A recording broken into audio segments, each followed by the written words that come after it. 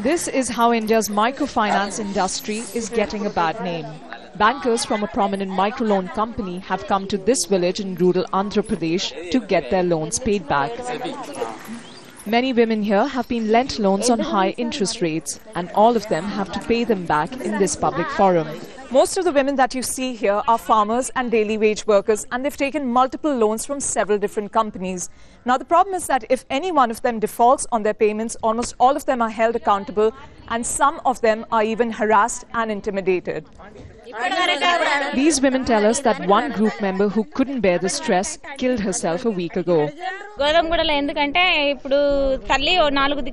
pressuring us for not paying the amounts on time. One girl from this village committed suicide because of this harassment. The aggressive tactics used by recovery agents were blamed.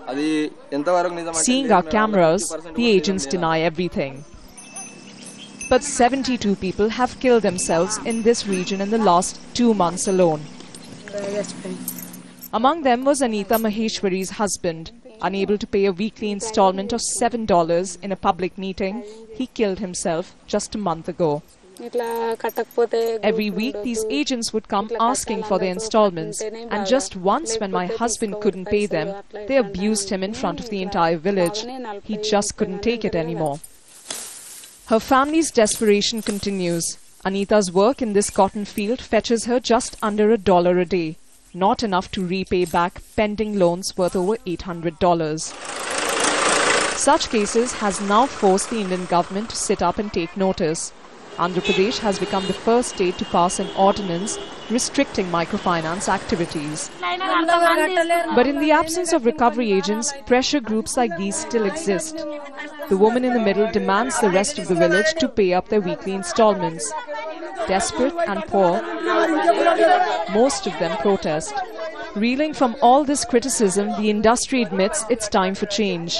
We should basically restructure. That means if the repayment had to be due in 1 year, weekly installments, maybe it can be stretched over 3 years. Such a decision, while welcome, could take months, if not years, to be implemented. And while the road to high profits for microfinance companies has been a quick one, for millions, it's come at the expense of the very people it was meant to help. Prerna Suri, Al Jazeera, Rangareddy district in Andhra Pradesh.